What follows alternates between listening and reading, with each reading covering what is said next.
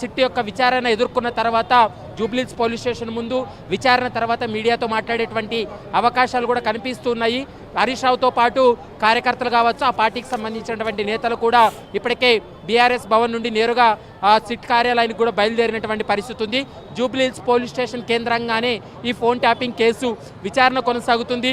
అందరినీ కూడా ఇదే పోలీస్ స్టేషన్కి పిలిచి ఇక్కడే విచారణ జరిపి స్టేట్మెంట్లు కూడా రికార్డ్ చేస్తున్నటువంటి పరిస్థితి కూడా కనపడుతుంది. కాబట్టి మరికొద్దిసేపట్లో హరీష్ రావు జూబ్లీహిల్స్ పోలీస్ స్టేషన్కి చేరుకునేటువంటి అవకాశం అయితే కనిపిస్తూ ఉంది. రైట్ ప్రవీణ్, సో మొత్తం మీద అయితే అన్ని ఆధారాలతోనే సిట్ ఇవాళ హరీష్ విచారణని పిలిచినట్టు కనిపిస్తోంది. ఎందుకంటే ప్రభాకర్ రావు ఇందులో కీలకంగా ఎవరైతే ఉన్నారో ఇంటెలిజెన్స్ చీఫ్గా ఉన్న ప్రభాకర్ రావు, అలాగే ఇందులో మొట్టమొదట ప్రణీత్ రావు అక్కడ మొదలైన కేసు ఇవాళ దాదాపుగా మార్చికి 2 ఏళ్ళు పూర్తవుతుంది. సో ఎంతవరకు ఇక అంటే హరీష్ రావు ఫస్ట్ పొలిటికల్గా బిగ్ హెడ్ విచారణ కదా. ఇంతకుముందు జైపాల్ యాదవ్ అలాగే చిరుమర్తి లింగయ్యని పిలిచారు బీఆర్ఎస్ మాజీ ఎమ్మెల్యేని. బట్ బీఆర్ఎస్ కీలకమైన నేత, అగ్రనేత, మాజీ మంత్రి హరీష్ రావును పిలవడంతో ఇక ఈ కేసు దాదాపుగా క్లైమాక్స్కి వచ్చేసింది అనుకోవచ్చా కేసు విచారణ? ఎగ్జాక్ట్లీ. ఎందుకంటే ప్రభాకర్ రావు ఇండియాకు వచ్చిన తర్వాత ప్రభాకర్ రావును 11 సార్లు విచారణ జరిపి దాదాపు 14 రోజుల పాటు కస్టోడియల్ ఇన్వెస్టిగేషన్ తర్వాత ఈ కేసులో అదనపు ఛార్జ్షీట్, మరొక ఛార్జ్షీట్ ఫైల్ చేసేందుకు కూడా సిట్టు సిద్ధంగా ఉంది. ఇది చివరి అంకంకు చేరుకుందని చెప్పాలి. ఈ కేసులో మరికొంతమంది బీఆర్ఎస్ నేతలకు భవిష్యత్తులో నోటీసులు ఇచ్చేటువంటి అవకాశం కూడా కనపడుతుంది. ఎందుకంటే ఇప్పుడు బీఆర్ఎస్ కీలక నేతల్లో హరీష్ రావు ఒకడు కాబట్టి ఇప్పుడు మొదటిసారిగా హరీష్ రావుకు నోటీసులు జారీ చేశారు. హరీష్ రావు విచారణ తర్వాత మరొక ఇద్దరికి మాత్రం నోటీసులు ఇచ్చి విచారణ జరిపి ఈ కేసులో అదనపు ఛార్జ్షీట్ కూడా ఫైల్ చేసేందుకు సిట్ అధికారులు సిద్ధంగా ఉన్నారనేటువంటి అంశానికి మనకు స్పష్టంగా అర్థమవుతుంది. ఎందుకంటే ఈ కేసులో చాలామంది సాక్షులను విచారణ జరిపి స్టేట్మెంట్లు రికార్డ్ చేయడం జరిగింది.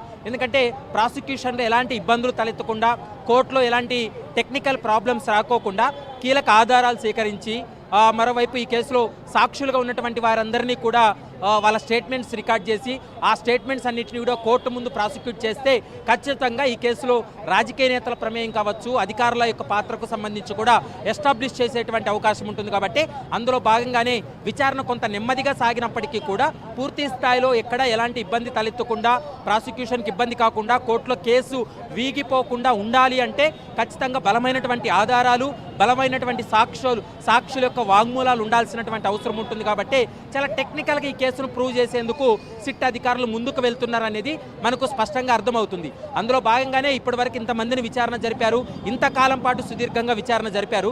మరి హరీష్ రావును కూడా ఈరోజు విచారణ జరిపిన తర్వాత ఒక 2-3 కంటే పార్టీలో మరికొంతమంది కీలక నేతలకు కూడా నోటీసులు ఇచ్చిన తర్వాత అదనపు ఛార్జ్షీట్ ఆల్రెడీ ఒక ఛార్జ్షీట్ ఫైల్ అయింది, మరొక ఛార్జ్షీట్ ఫైల్ చేసేందుకు కూడా అధికారులు సిద్ధంగా ఉన్నారు. అది కూడా ఒక నెల రోజుల పరిధిలోనే ఛార్జ్షీట్ ఫైల్ చేయాలి. ఎందుకంటే ప్రభాకర్ రావు వచ్చిన తర్వాత ఈ కేసులో ఛార్జ్షీట్ ఫైల్ చేయలేదు కాబట్టి మరొక ఛార్జ్షీట్ ఫైల్ చేసేందుకు కూడా సిట్ అధికారులు పూర్తి స్థాయిలో సిద్ధంగా ఉన్నారు. హైదరాబాద్ సిపి సజ్జనర్ నేతృత్వంలో కొద్ది రోజుల క్రితమే డీజీపీ శివధర్ రెడ్డి ఒక సిట్ని ఏర్పాటు చేయడం జరిగింది. ఆ సిట్ పూర్తి స్థాయిలో అంటే రోజువారీ విచారణ కొనసాగుతుంది. ఎప్పుడో వారానికి ఒక రోజు, నెలకు ఒక రోజు విచారణ కాదు, రోజువారీ విచారణ, పేపర్ వర్క్, టెక్నికల్ ఎవిడెన్సు, మరోవైపు వాంగ్మూలాలు, ఇవన్నీ కూడా రోజువారీ విచారణ కొనసాగుతుంది. ఈ కేసు స్పీడప్ అయింది. అతి త్వరలోనే ఈ కేసు ఒక కొలిక్కి వచ్చేటువంటి అవకాశం ఉంటుంది. విచారణ కూడా పూర్తి అయ్యేటువంటి అవకాశం కనబడుతుంది. ఈ కేసు కేవలం ట్రయల్ కోర్టులోనే కాదు, సుప్రీంకోర్టు వరకు కూడా ఈ కేసు వెళ్ళినటువంటి పరిస్థితి.